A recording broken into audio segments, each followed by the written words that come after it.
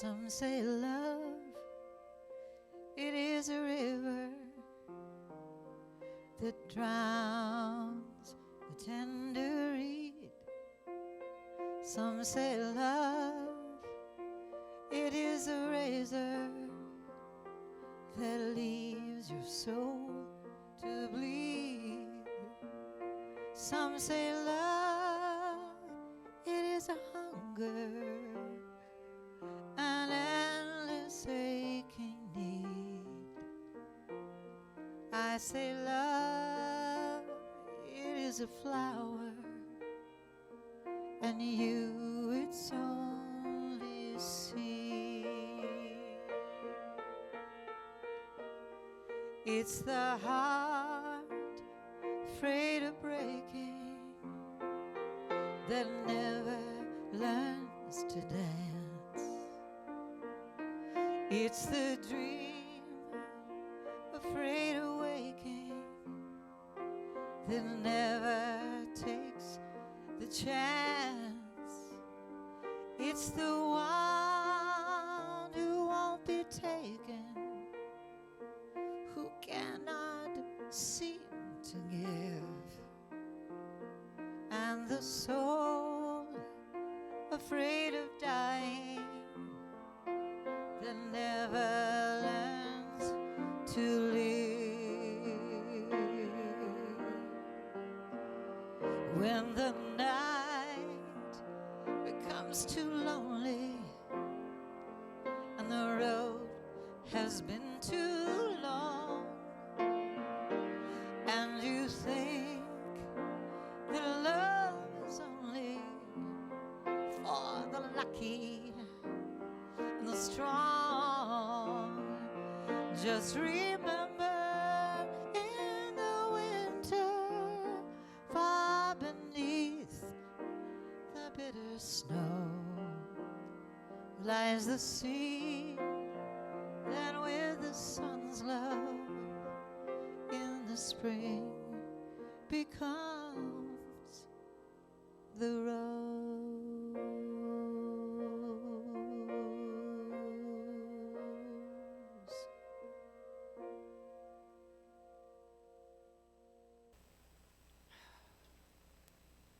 As we just breathe into this space and this time, we do so gathered to feel the presence of the one in each other, to see it in the eyes of those around us, raising our vibration and sending our energy into the universe as one, knowing that's what we always are. I know today is perfect. I know that as we are all connected to each other, we are connected to those that will view this online, to those that are worshiping in their own way. Whether it be a mosque, a synagogue, a mountaintop, a golf course, a stream with a fly rod in their hand.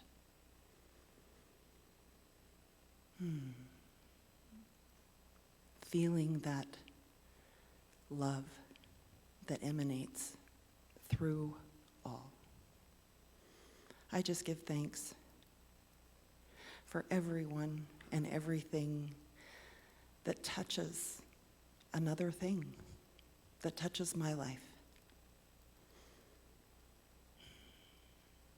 Just as I know the words of Reverend Jen will touch each one of us right where we need.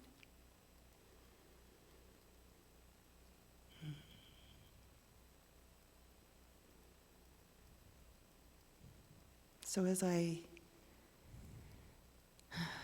just stand here in awe of this universe that we all are a part of,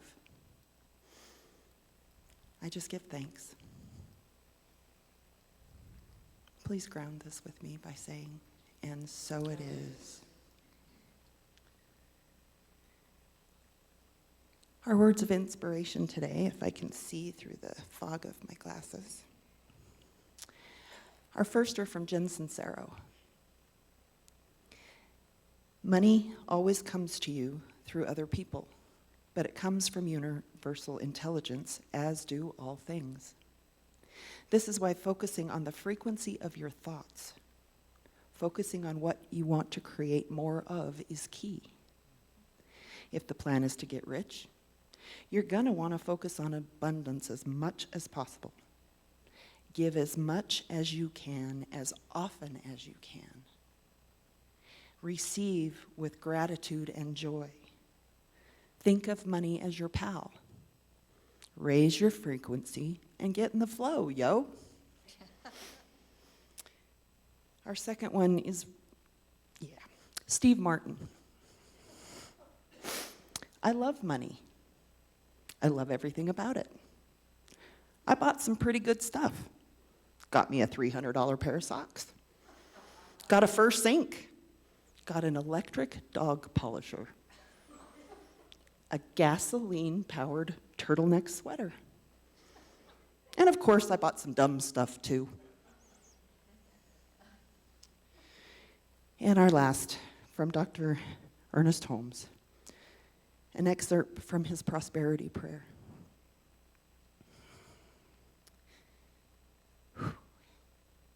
There is that in me which all people recognize as worthwhile and desirable. And everyone whom I meet loves this self of mine and recognizes its worth. I draw all toward me, and those whom I can benefit and those who can benefit me are irresistibly drawn toward me.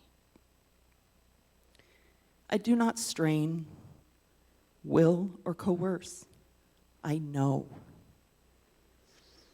The truth makes me free from the fear of poverty or bondage and emancipates me from the thought of limitation. I see that money, like everything else that is desirable, must be a spiritual idea. And I know that I have this idea right in my mind at this moment. I shall always have this idea of abundance. It is mine and I take it. The opportunity for self-expression and compensation is always open to me, and I am at all times compelled to know, accept, and operate upon this opportunity. I have abundance because I am abundance. All that the Father hath is mine. When was the last time you had fun with your money? I wonder if we really take the time. You know, we're always talking about gratitude and expressing our gratitude for the things that happen, but I wonder if we really take the time to be grateful for the money that we have and the money that we're spending. I wonder if we really think about the fact that when we go to a movie or we have dinner or whatever, that there's a money component behind that. You know, we're gracious and grateful when someone purchases our meal. And we're so thankful when someone treats us to some wonderful event. But I want us to start really paying attention to that piece of what the money part is about that and what it kind of brings to the table. Because most of us, many of us, let me not categorize that. Many of us have been taught that money is a very serious thing. And by golly, you better be frugal and you better pay attention and you better have a frown on your face when you're spending it or when you're thinking about spending it. And just that awareness that without it, we could be in some serious trouble, we could really be challenged. And I think because of that, there's been this push, there's been this energy about how we need to be so serious about finances and money. And I'm not saying go out there and be frivolous. That's the first I used that word. I'm not saying that. I'm saying, but enjoy it. Have fun with it. Think about it. We don't have to be so incredibly caught up and uptight about it. we have developed a relationship with money. Whether you thought you were doing that or not, over the years you have done that. And for some of us, that's a strenuous relationship. That's an uncomfortable relationship. For some of us, it's very comfortable. We've planned well, we've put things aside, we've got what we need, everything's going really, really well. So this week we're going to take some time and look at that because our title for today is Playing with Money. And so as I was thinking about this, I thought, okay, well, so where did we get the lesson about being really serious about money? And I got a lot of mixed messages. You've already heard some of those stories from my parents who were pretty much clueless. When my mother married my father, they knew each other for 2 weeks. 2 weeks. They got married, and he went to Korea. And when he left, he handed my mother, a 17-year-old young woman from farm country, Pennsylvania, his checkbook. And my mom was so excited because she thought every check in that checkbook meant there was money in the bank. And that worked really well until the commanding officer called my dad in to the office, and I don't know what was going on in those days, but they were aware of the bank, they were aware of his spending, whatever, and they were very concerned because my mother had not only spent his salary, but then a whole lot more, because she thought she married the richest guy in the world. So you look back on your childhood and some of the stories and the things that came forth, and what were you told? What were you taught? What were you observing in other people around money? Because we get really excited if somebody messes with our money. It's kind of a big deal. So then I started thinking, well, let's just think about that for a second. What about some of the games we used to play? And I have the picture of the Monopoly game on the title slide here, and I'm thinking, okay, well, the Monopoly game, that taught some of us about money, and what that story was is the guy that gets all the money is the guy that wins the game, and the guy that loses all the money is the guy that loses the game. So there was that mindset that those who have more money, get to brag about winning the game, right? There was some stuff about that. And then I heard a little comment this week about a game that we all used to play called musical chairs. Now, the game of musical chairs is really simple. You take the number of people in the room, and you don't put that many chairs out. You put at least one less chair out. You start playing this obnoxious music, everybody walks around the chairs, the music stops, you sit in a chair, and somebody doesn't get a chair. What was the message there? I'm sorry, I think the message there was there's never enough. We don't even have enough chairs for all of you. There's never enough. So looking back and reflecting on our mindset and how we feel about money and what we've thought about money over the years, this is going to be something important because we want to look at what that is for us. And how you can do that is every time you hear someone else talking about money, pay attention to that wonderful little judger that's going on inside your body, and what is it saying? Because what they do with their money is pretty much their business. And sometimes we get kind of caught up in that, that whole process. So years ago, I did this wonderful thing. Well, it wasn't wonderful. I made a mistake. I made a comment in a training class that was a slip, and it was interpreted as inappropriate and a couple other things. I lost my job. I had been working for this company for quite a few years. I had an incredible salary, incredible. So in April, May, I'm suddenly unemployed. And I had an Alaskan cruise planned for late June of that year. And so I sat down and I talked to God, and I decided, with that mindset I had of what Spirit is saying to me, to go ahead and go on that cruise. Why would I sit home just because I didn't have a job? I had been in places in my life before where I didn't have a job. I'd been in places in my life before where money was tight. And I survived. and I went on the cruise. And I spent a lot of money. And I didn't allow myself to consider that when I got finished with the cruise, I was going to be living in lack. What I knew was that the same spirit that had gotten me the job I just lost, and the same spirit that was guiding me through this beautiful cruise and all of this other stuff that was going on, was going to be there for me when I got back home and needed to find income, seek income. And it worked out really, really well. Really, really well. So some of you would look at that and go, well, she should have stayed home. And some of you would look at that and go, there's a lot of faith in that action of going.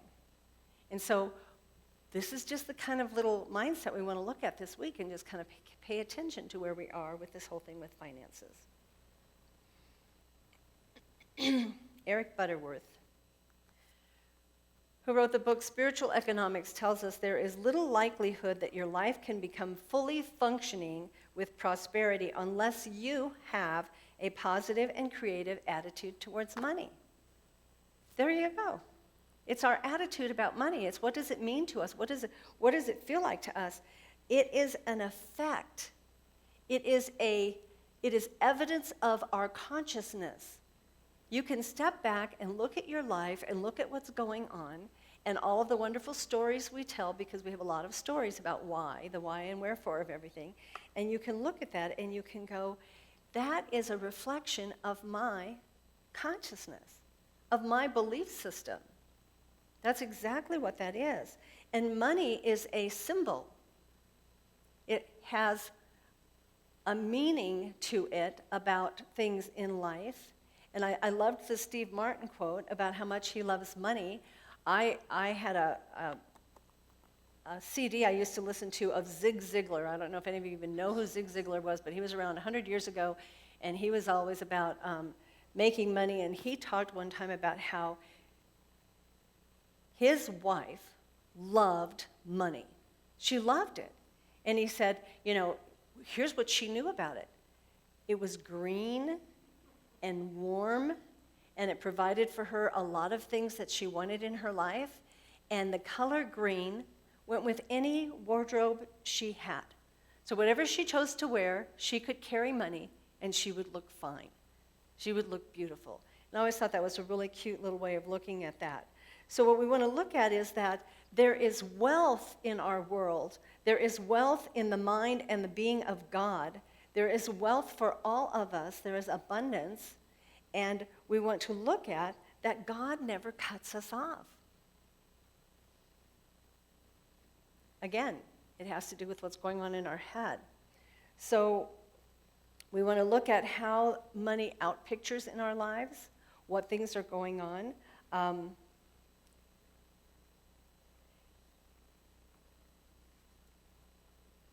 I think we miss the point that we are valuable, that we deserve.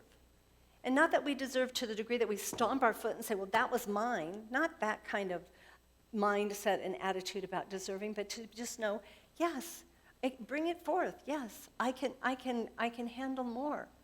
I can enjoy this. I can celebrate this. And it starts with valuing ourselves, to know that we are of value in the mind of God. We are of value to one another. Again, as the Ernest Holmes quote was talking. And when there's value, there's benefit. And oftentimes that benefit is financial. Dr. Ernest Holmes, our founder, tells us this. A person is just what they think themselves to be. They are big in capacity if they think big thoughts. They are small in capacity if they think small thoughts. They well attract to themselves what they think most about. If we think there isn't enough, that's what we draw into our world. We keep running into all of these wonderful, beautiful opportunities for the universe to show us there isn't enough because that's what we're focusing on. And we are reminded over and over again, our thoughts are things. Our thoughts are things, and they manifest the world around us. So the next time something negative happens in your life, take a moment, take a breath, and consider where your head was at just before that happened. What had you been considering throughout the day? What had been going on in your mind throughout the day? What had happened just moments before that situation, condition transpired? Because sometimes it's like, oh my gosh, I was thinking, oh my gosh, where am I going to get the money to pay for this? How is this going to happen? What's going to happen? And then something transpires, and it's like, and there you go. There's my reality. We want to pay attention to our focus, pay attention to our mindset, and what is that belief system each one of us has.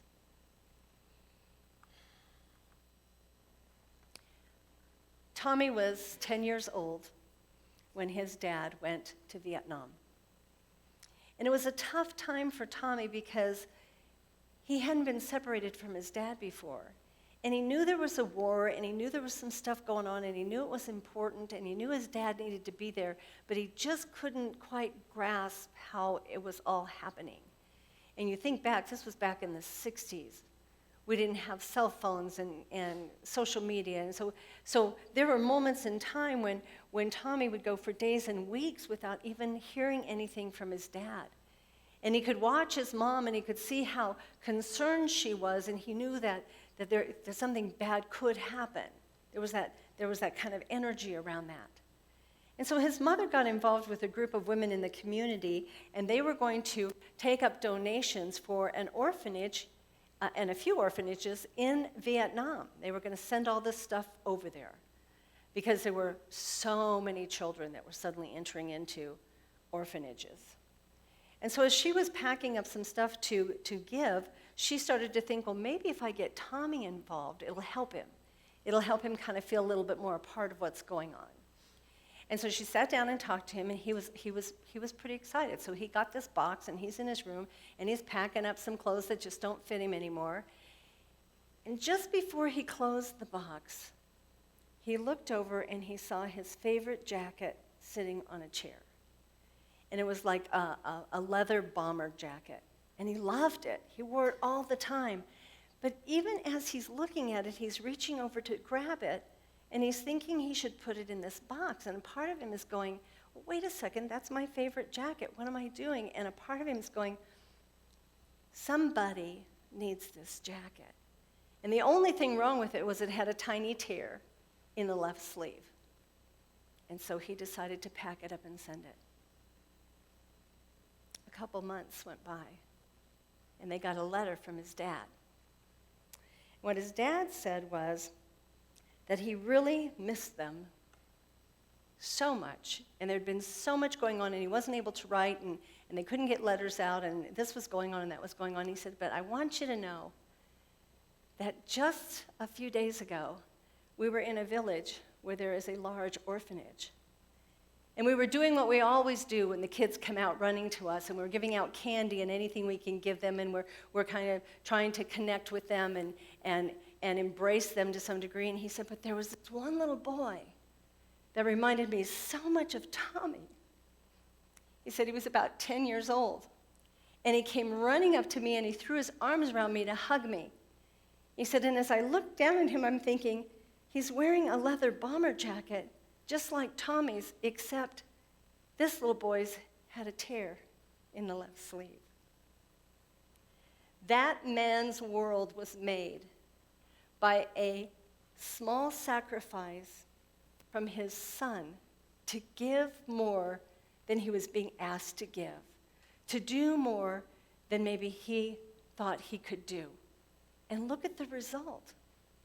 It brought that family together in that way, in that space, in that connection. How beautiful.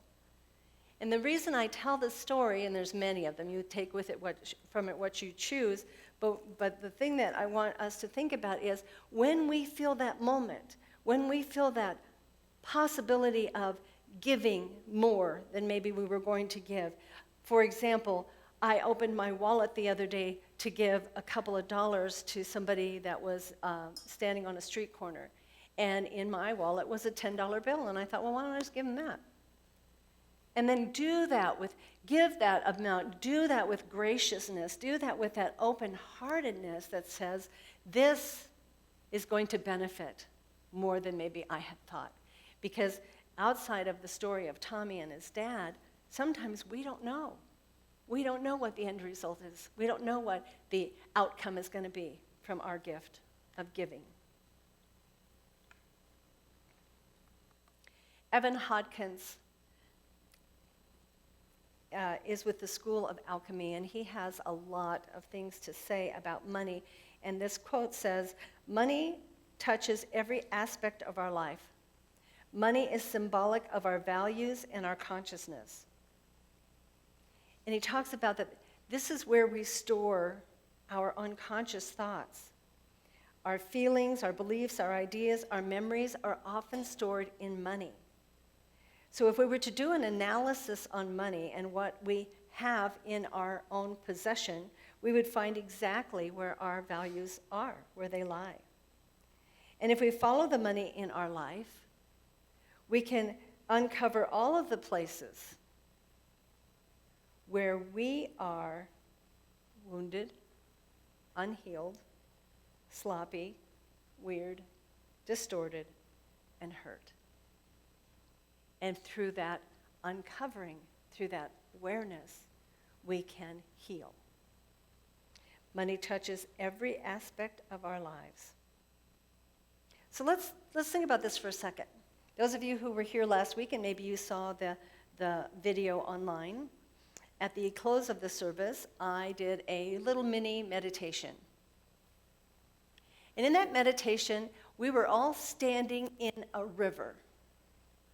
And the river was full of money. And we were standing there looking down at all of this cash just flowing past us and splashing up on our body. And I told you in the meditation that you could see any currency you wanted to. Some of us saw a bunch of $1 bills and $5 bills. Some of us saw a bunch of $50 bills and $100 bills. What is your expectation when you're moving into that space of reward? Do you go out and buy a lotto ticket? And I'm not recommending you do that, but do you go out and buy a lotto ticket and say, well, I don't know why I did that, I don't ever win? Well, that just canceled out anything the universe was going to bring forth. So just think about that. Let's start expecting more. Sometimes I'm out walking with the dog and I find a dime and I pick up the dime and I think, oh my gosh, it's a dime. I don't go, oh my gosh, it's only a dime.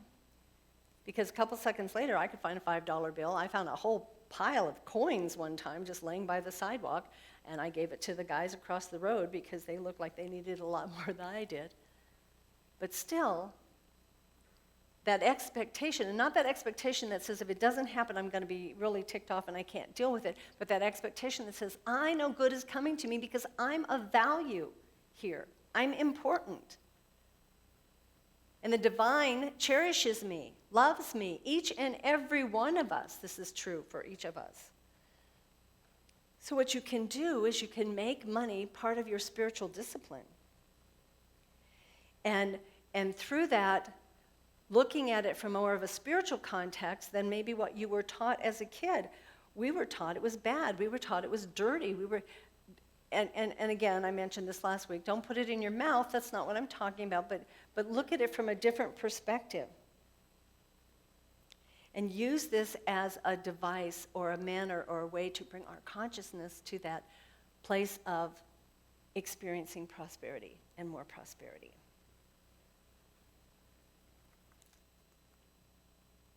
Thomas Dreyer says, the life each of us lives is the life within the limits of our own thinking. To have life more abundant, we must think in limitless terms of abundance. I might be holding $5 in my hand, but that's not all the money there is.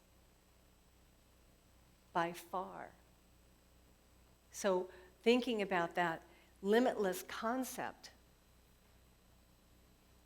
nature isn't lacking. We know this. All of the things that Spirit created for us to enjoy, there is no lack. There is no limitation. It's only the way we perceive it, the way we interpret it, and the way we talk about it. That's where that comes from. So where does it come from, the limitation? In that we part of that sentence, not in that spiritual part of that sentence. And again, we're just adjusting our brain, we're adjusting our mind, we're adjusting our thinking, we're changing our thinking, we're understanding that we are abundant and that we deserve so much. I love this quote from Mike Schlatter. It says, "There is no clear indicator of our ultimate values than our financial priorities and practices. How we spend, how we live, how we save, how we give reveal the true altar of our hearts. Ultimately, how we use our money is unavoidably a spiritual question." So let's take time this week to be truthful with ourselves about our relationship with money, with finances. How often do we withhold or shut down or pull back in giving to others? How often, here's a really good mindset for you. What do you think about the word debt? What do we think about that when something is owed to you or you owe to someone else? Because I remember there was a time in my life that if I had a loan, if I had a bill, if I had a debt, it had a lot of negative connotations around it. So what is the mindset about that? And how attached are you to that? A couple of years ago, I had loaned approximately $4,000 to a friend of mine. And it wasn't all at once, and it was a little bit over time, and this individual was struggling and having all kinds of challenges, and I had the ability to help, and so I helped. And time went by, and I didn't see any evidence that anyone remembered that I had given this money. And a little bit more time went by, and I started to feel myself getting in this place of, what the heck is this about? I did this wonderful thing, and where's my money? And through prayer and meditation, I came to this realization that once I gifted it, once I let it go, there was no written contract, there was no legal document. Once I let it go, it was no longer mine. The only thing that was mine in that moment was my attachment to what was happening and not happening. And it was making me an unhappy person. So I sat down with the individual and I said, I'm the kind of person that when there's some wonky energy going on, I got to talk about it. I got to address it. I got to look at it face, head on, and handle it, because I don't like wonky energy hanging out. It messes with my psyche. It messes with my ability to move forward. It messes with my health. And I said, so here's what I want to say to you. A few years ago, I loaned you some money when you needed it. And I realized that it is time for me to let it go. So what I'm here to tell you right now in this moment is that you are free from any obligation to me. I'm free, and I'm not asking for you to pay me back. I thought I was going to get some kind of comment of gratitude, and what happened in that moment was the person looked at me and said, well, how much money was it? Which gave me insight to possibly their consciousness around money, but I'd already let it go, so it didn't matter anymore. And I said, about $4,000. And it was like, wow, thank you. But it wasn't about that person. It was about me, what I was doing. And I'd already given it. 2 years before. It was gone. So why am I creating this little kind of suck hole of owing it to me kind of mindset? That energy was really impacting me. I'm not telling you to write off all the people that owe you money. I'm not telling you that. I'm just saying in that particular situation, that benefited me greatly. It's just like when I give someone out on the corner some money. As soon as it leaves my hand, it's their money. It's not my money. I don't have to worry about it. I don't have to think about it. I have to consider what you're going to do with it. It's gone. I've let it go. So in that space, that was a very healing process for me. Now, has money shown up for my life in unexpected ways since that? Sure. Probably that much and more has come to me. I didn't sit down and keep a log of it because I'm not that person, but whatever. So just to know that, so to look at all of those things that we look at regarding money and finances and borrowing and lending and all of those things, and what is the energy that it comes to you with? What is it that you're looking at? Because we want to release that. Make sure that that isn't harming us. Dr. Ernest Holmes also said this, I love this quote, "We should expect so much good that we should conceive of it as being more than we even have time to enjoy. We should feel the presence, appreciate, and give thanks for this good." Oh my goodness, what if you had so much you couldn't enjoy it all? What if you had so much money, so much good, so many wonderful things are happening to you, and you can't get to it all, you can't enjoy it all? What a horrible thing that would be. But think about that, because I find that really, really a beautiful idea, that I have more than enough, so much more that I can't even enjoy all of it. That's how good and giving the universe is. That's how good and giving Spirit is. So let's walk through this week with visions of money surrounding us in our thoughts and pay attention to all those times that we consider the need for money or the desire for money or what we can do with the money. And this week I encourage you to be playful, to get the scowl off your face when you're paying bills or whatever it is, however you deal with things, if that's been your experience in the past, and laugh and dance and play and be joyful with your money. Because that is the experience and the expression that we were created for. Let's play with money this week. Please pray with me.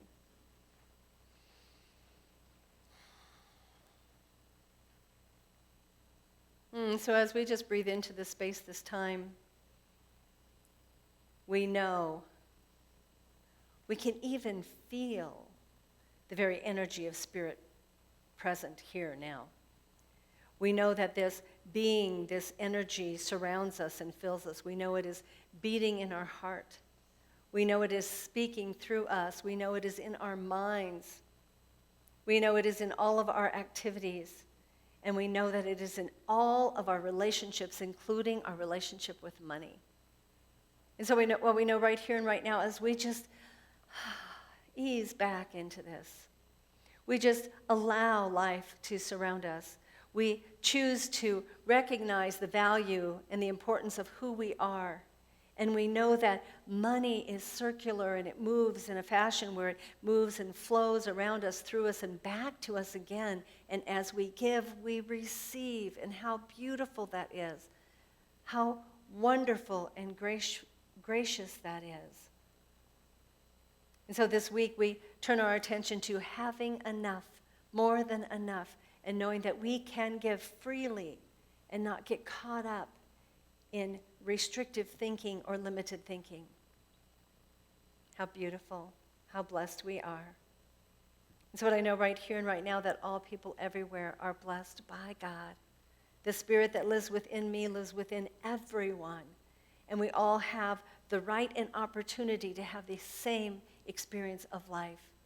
Joy, happiness, grace, gratitude, abundance. I call it good, I call it perfect, and I call it God, and I know it is already done in the mind of God.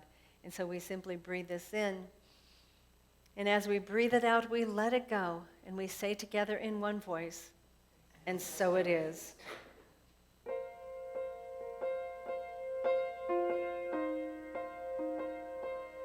If you believe it, it will come. Send it on the wings of love, and you've just begun. If you can hold it in your heart,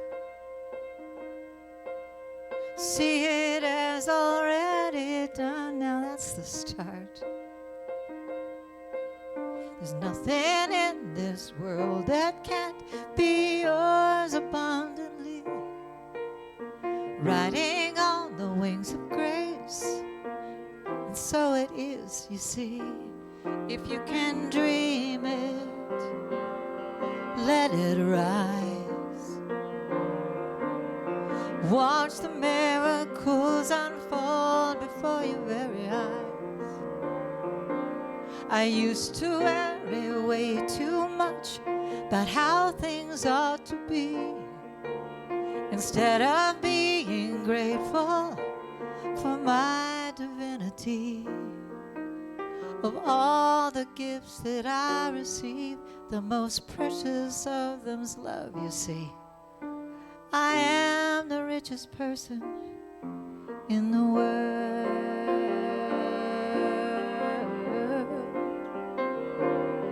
If you can live it, you will soar to a peaceful place like you never known before. And if you're worried about the rain clouds that keep hanging over you, take the time to thank the sun for every time that it breaks through. Of all the wealthy things to be, the best of them is loved. You see, you'll be the richest person in the world.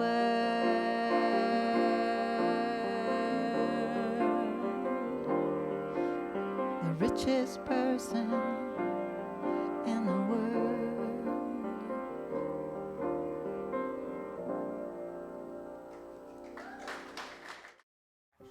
Hello. I'm Reverend Jen Wild, Senior Minister for New Dawn Center for Spiritual Living.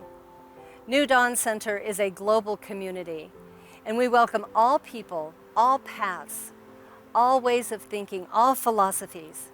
So know that you are welcome here, and thank you for joining our online community.